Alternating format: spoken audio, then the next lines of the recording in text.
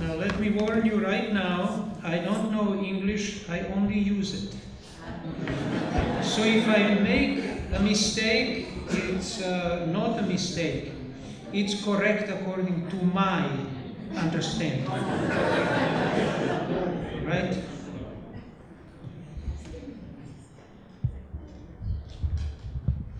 There was a time of big transition when I was about age 4 or 5.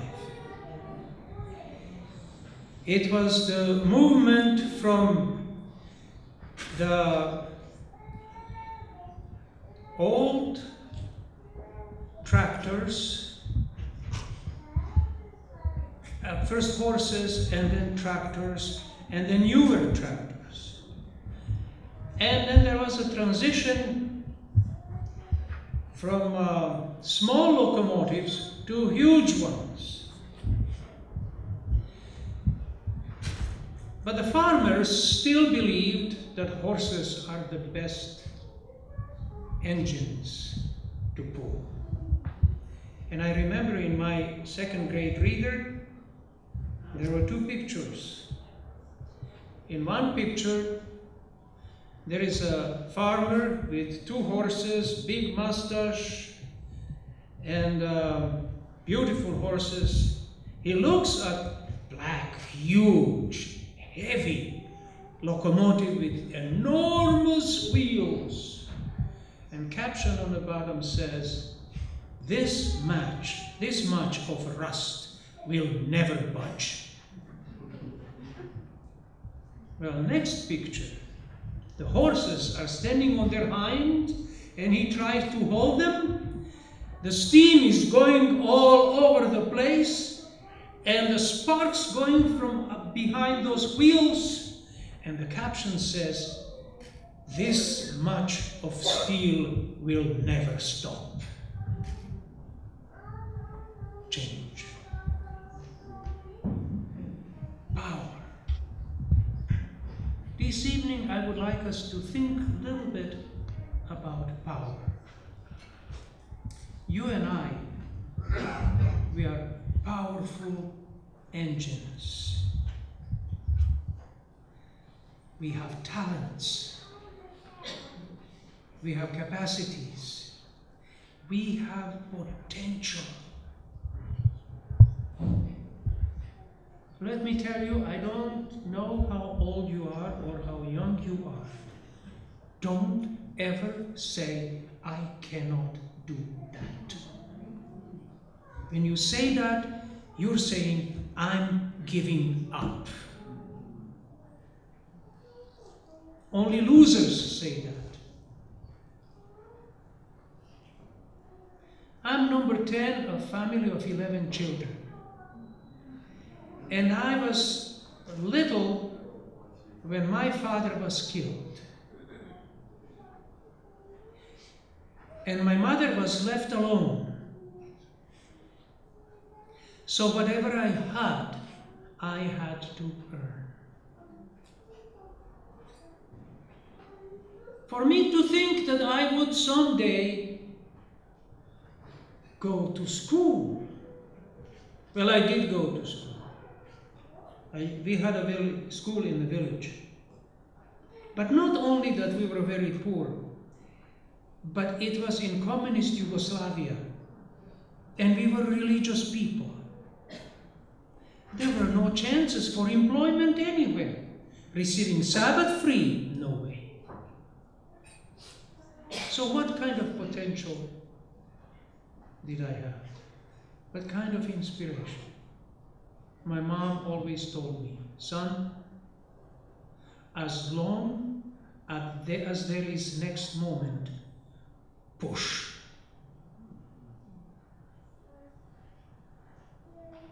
So, there was a time when I was asked to prepare a speech, and I didn't tell you that I was born in Ukrainian village. And around me, all Croatians, which speak different language, even different script. But my mother again told me. I prepared the speech, my older brother helped me. I learned it by heart, and I did it. Power.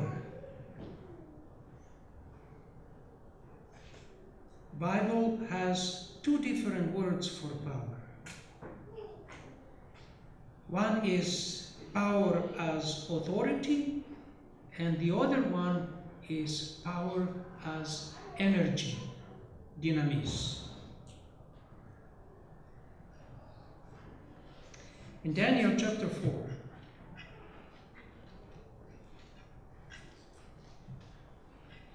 verses 34 and 35.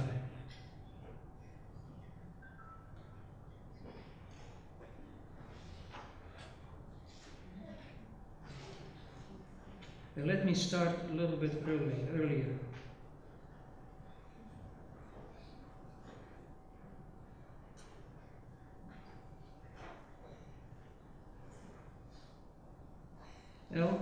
Verse 30. And the king said, "Is this not the great Babylon, which I have built by my mighty power as a royal residence and for the glory of my majesty?" While the words were still in the king's mouth, there fell a voice from heaven, "O King Nebuchadnezzar, to you it is spoken. The kingdom has departed from you, and you shall be driven from among men and eat the grass, and 7 times will pass," and so on, "until you have learned that the Most High rules the kingdom of man and gives it to whom he wills." Power against which we cannot stand. Now, there is a personal power, there is absolute power, then there is delegated power. Pastors, church officials, church members have delegated power. God gave us responsibility to do certain things, prerogatives to act in stead of somebody else.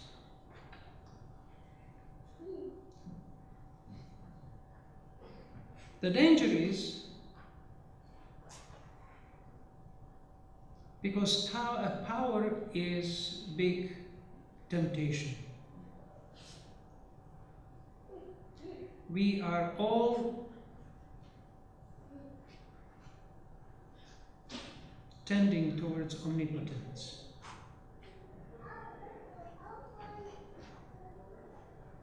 I remember when I was elected president of the graduating class. And all of a sudden I was invited to president's office once a week and to dean's council and so on. And I started feeling how the president in me was growing and how Miroslav in me was becoming smaller and smaller. And how hard it is when the year was over and we graduated and I was not president anymore. Nobody listened to me anymore. I lost value.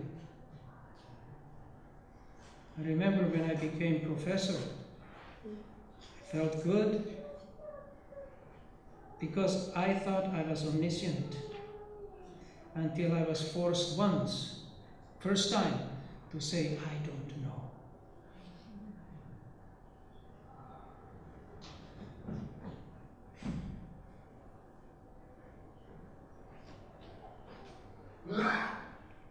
I remember during the time that I was youth director, how busy I was. I had all kinds of programs going on. Now, I worked in Quebec Conference, and about half of the population was French speaking, the other was English speaking, And I was fluent in both languages, so I became youth director, and we had programs, almost double programs than normal conference. I had no time for myself. I had no time for my family. I had no time to smell roses.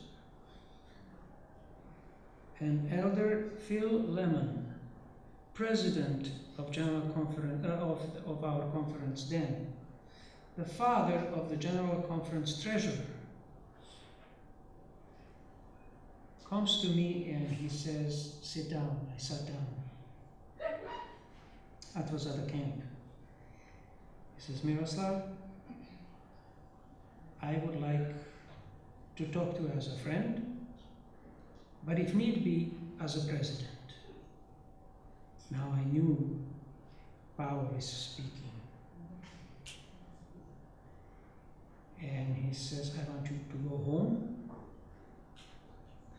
to spend time smelling roses, and to spend time with your wife."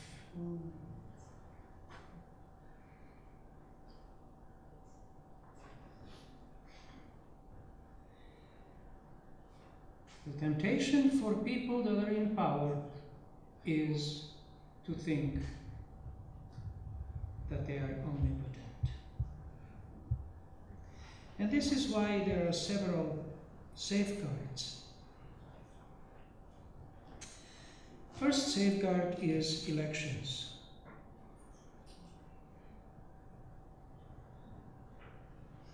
Because you don't know whether you will be re-elected or not. Acts chapter 6.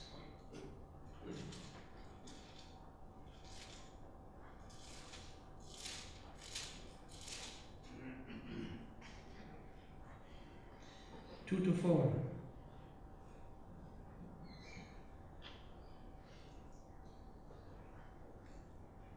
The 12 summoned the body of disciples and said, "It is not right that we should give up preaching the word of God and serve tables. Therefore, brethren, pick up among yourselves 7 men of good repute, full of the spirit of wisdom, whom we may appoint to this duty. But we will devote ourselves to prayer and to ministry of the word."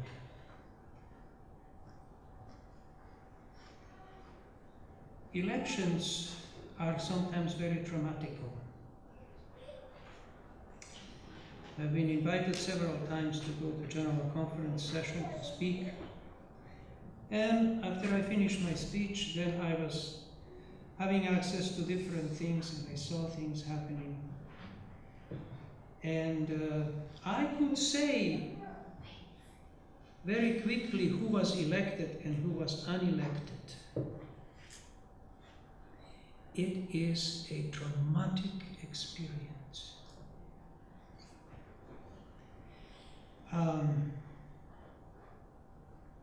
Because there are pressure groups. Because we start to think that unless we continue in our position, we are losing from our value.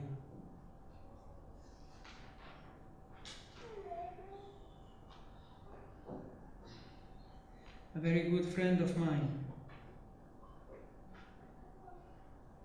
came to me after election. He became vice president and he said to me, "Miroslav, I don't know how I'm going to live with this." He's doing a very good job, by the way.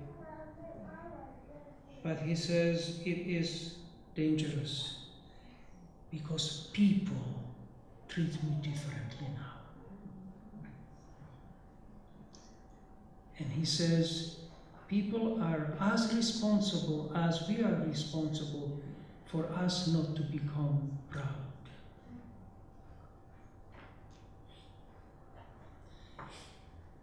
We should respect the presidency, but A president is a human being.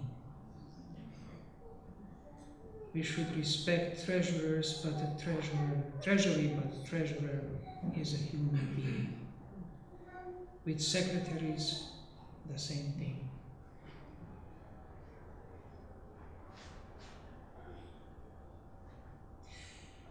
So elections is one safeguard. We know that we are not eternal. It's not for life. Which means that we have to pack when the session starts, to be ready to go. And we need to know where we are going to go. That's all very good. If we are re-elected, fine. But another problem with leadership is pressure groups. Don't ever think that a leader doesn't have ideas. He or she might have their ideas, but there are plenty of people that give them suggestions.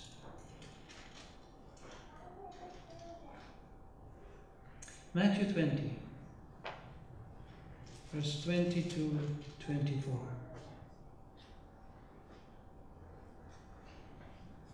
When the disciples saw, no, let me see, Matthew 20, okay, I mean 21. 20 to 24. Then the mother of the sons of Zebedee came up to him with her 2 sons. Now look, listen, kneeling before him, she asked him for something. And he said to her, "What do you want?" She said to him, "Command that these 2 sons of mine may sit, one at your right hand and one at your left in your kingdom."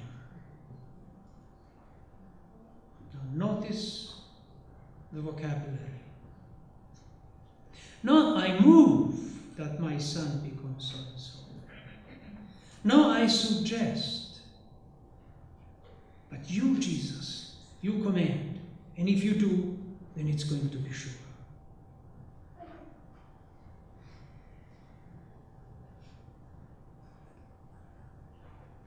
And Jesus says, okay.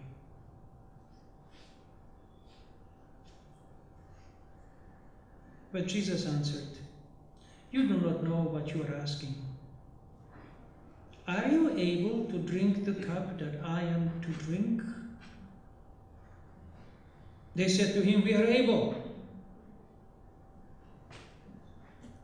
He said to them, "You will drink the cup, but to sit at my right hand or left hand is not mine to grant, but it is for those for whom it is the Father has prepared." Pressure groups. Particularly people who have means, particularly people who are influential in community. This is why our leaders covet our prayers, wisdom, for courage to know how to relate to all of this. But she says, "Command that these 2 sons of mine sit." A leader is not the one who sits. Nobody leads who is sitting. Leader is the one that moves and who knows where to go and when to go and when to stop.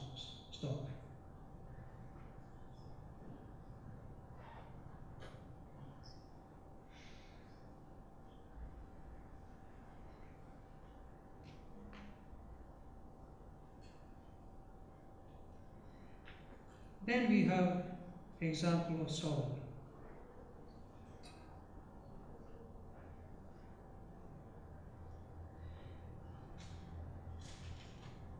In 1 Samuel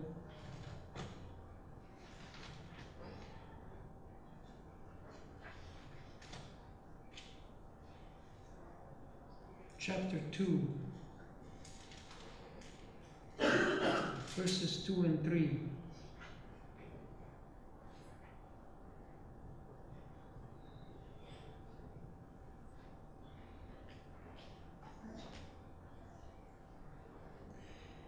There is none holy like the Lord, there is none beside thee.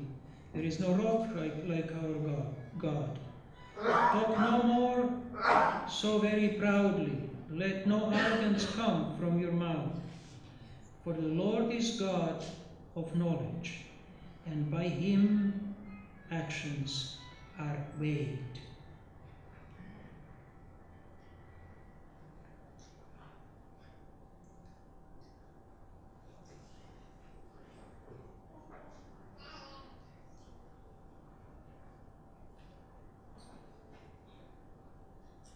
Then we remember the boy Samuel.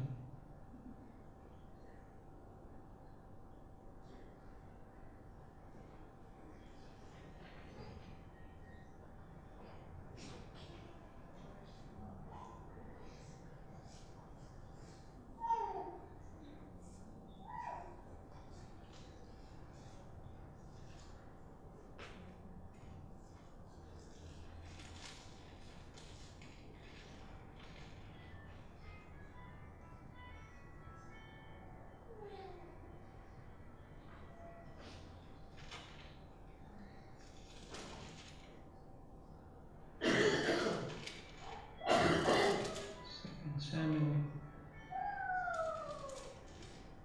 chapter 24.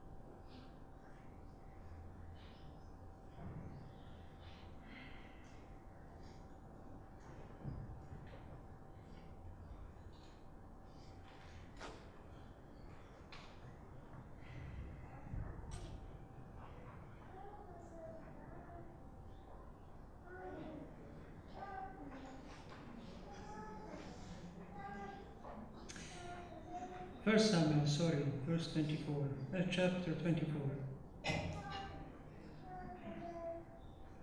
I'm starting with verse 1. When Saul returned from following the Philistines, he was told, "Behold, David is in wilderness of En-Gedi." Then Saul took 3,000 chosen men out of all Israel and went to seek David and his men in front of Wilderness Rock. And he came to Sheepfold by the way where the cave was. And you know the story. What happened is that Saul was tired and he needed to enter in the cave. And in that cave, David was hiding. David had opportunity to kill him 3 times. But he didn't want to take power into his decision, into his hand. 3 opportunities, but he did not do it.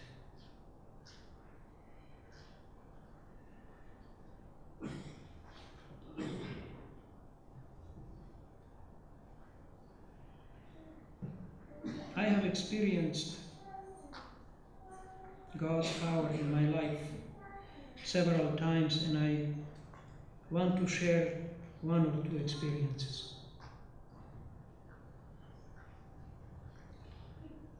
I told you that I was a little boy when my father was killed, and communism was young, and my teacher was very violent, and I was not going on Sabbath to school, and he decided that he is going to change me completely. Now, we ate only once a day because we did not have enough food.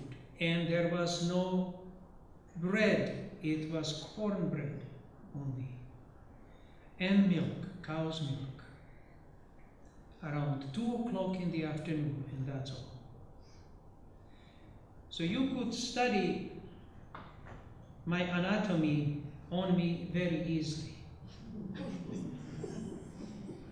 When I have eaten well, I had enough energy and I was very fast because I didn't have too much baggage on me. But one Mondays were the most difficult things. Because under communist law, my teacher could not punish me because of my religious beliefs. There was freedom of religion. But if I don't do my homework, then he can punish me. So I had some friends who would sneak to me the answers and who told me what to study. And without failure, on Monday morning, as a teacher comes in, we were sitting 2 by 2 in benches. As teacher comes out, we stand up and come out and stand at attention. And then we recite our lesson, and then we sit down, and then he starts lecturing. Well, I didn't go to school. I told my mother the teacher is going to spank me. She says, you believe in God, and I'm praying for you, and church is praying for you. You make your decision. It's between you and your God. I hated that. And so the teacher comes in, we all stand up. He was angry, he looked at me, he was angry, and he bellowed, sit down. Everybody sits down. The guy that sits next to me says, did you study the lesson? I said, no. You know why? I said, no. Because he says that if you know the lesson, that means that somebody has squealed and given you information, and he said that we will all receive very severe spanking.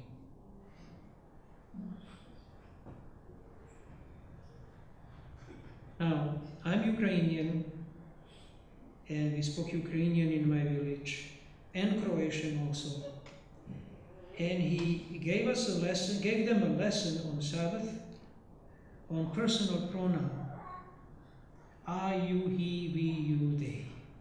Now, I used that, but I didn't know that that's called personal pronoun, and I didn't know that there is certain order of it. So he drilled them on Sabbath and so on. When I went to my friends and asked for assignment, the parents came and said, my son or my daughter cannot give you the information. The teacher has forbidden. But he says, you know, we are also religious people, but I don't understand you Adventists. So he comes in and he says, recite. Now he drilled them so that we were sitting 2 by 2. I, you, he, we, you, they, I, you, he, we, you, they. And you need to know what's yours when your turn comes, what to say. When it came to me, I said, who knows what? He says, you come. He lays me on the bench and he gives me 10. Sends me back. Again. I I don't know exactly, I could not count. Both second and fourth grade were crying when they saw the abuse. Several people told me that I got 9 times 10, but I don't believe it.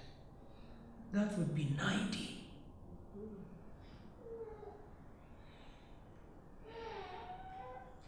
Finally, I came back to the seat, and the guy sitting next to me took his life in his hand. He says, "Run, stupid." I said to myself, why not? My teacher was heavy diesel, and I was skinny turbo. And he was waiting there with his stick, and when he wanted to grab me, I ducked. I started running, he started shouting. By the time he put in the gear and started running, I was out on the street. And then he was running after me. He had longer legs, but he was heavy. And when I felt him closer, the earth was shaking. I jumped over the ditch, went to the other side. People on the street stopped, and they started rooting, "Kish, Kish, Kish, Kish." And he was embarrassed and returned to the class. And my friends had a very hard time that morning with my teacher. I went home. It was Monday morning. Tears, no books. My mom saw it. She knew I was spanked. She just kissed me in my forehead. And this is why I lost my hair.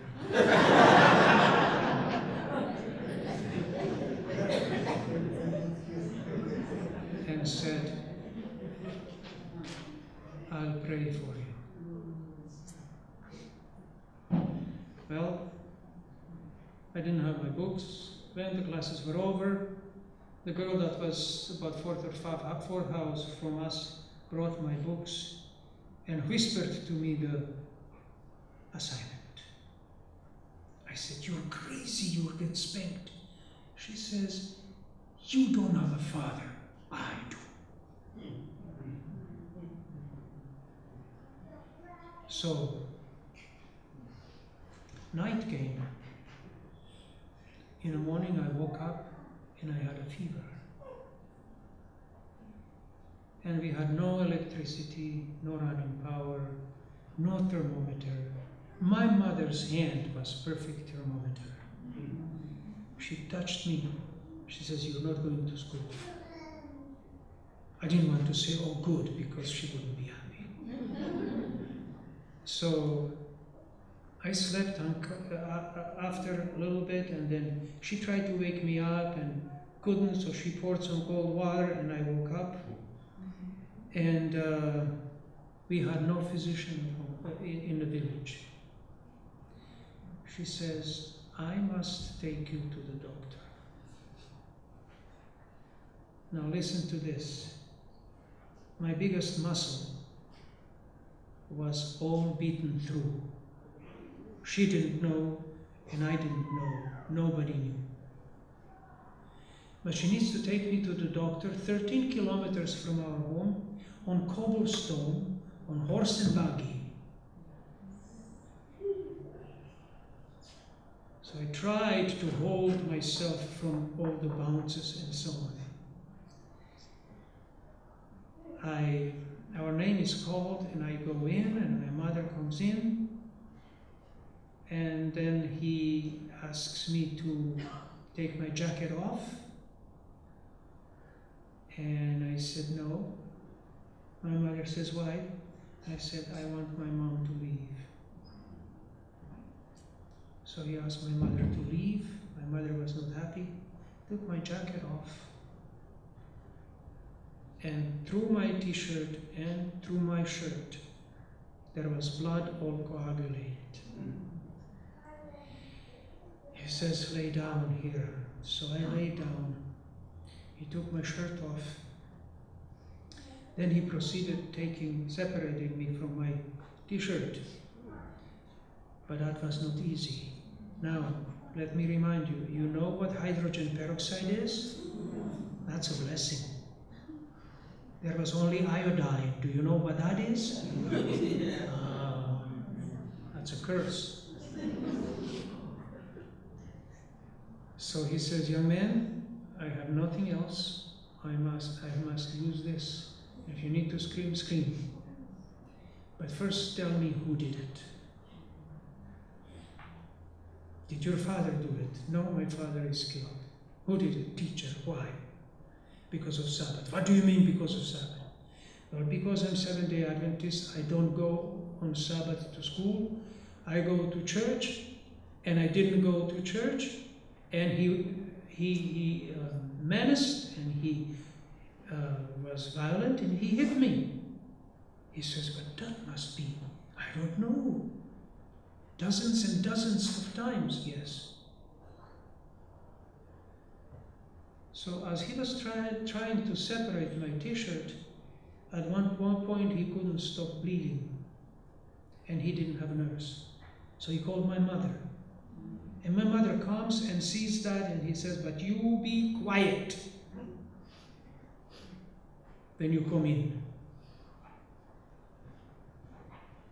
The two of them slowly separated me from my t-shirt, and he put iodine,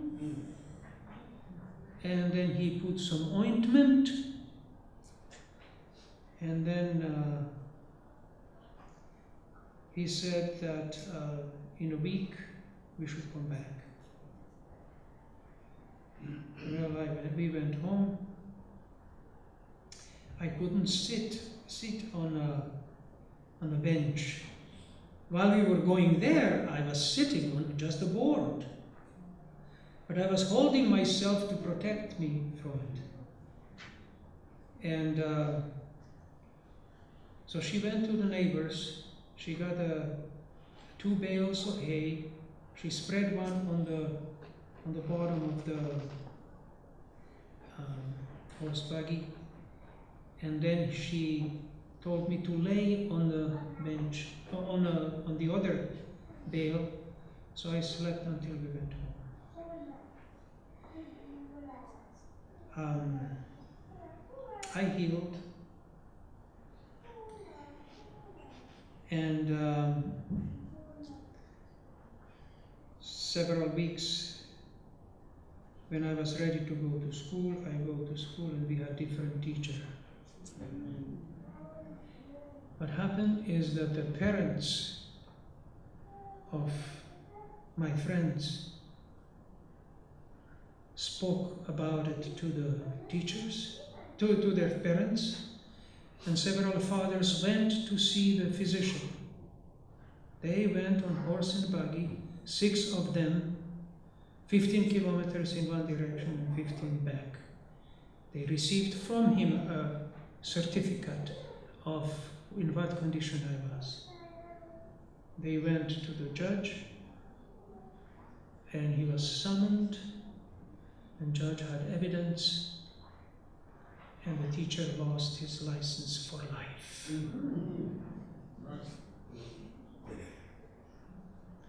Now, sequel is that about 3 years ago, my oldest brother, who lives about 50 kilometers from our village in a town, met that teacher on the street. And you know what he said? He says, I'm suing you, your family, for all the years that I lost a job.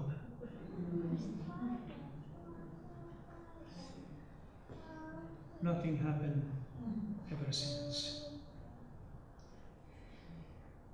So, brothers and sisters, power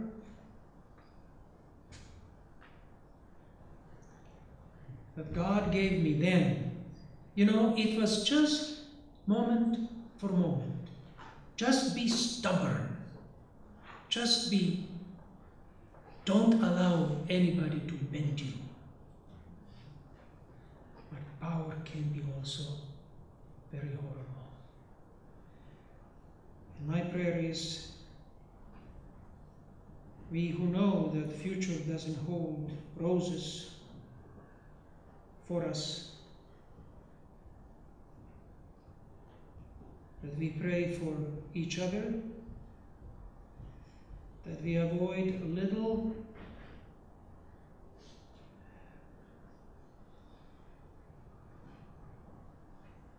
compromises, that we train ourselves in faithfulness, because our power then becomes stronger and stronger.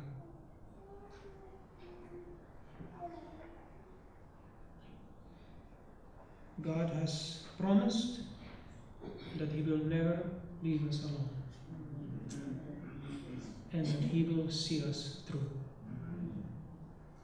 My prayer is that I may meet you in heaven, and that I have opportunity to introduce you to my mother.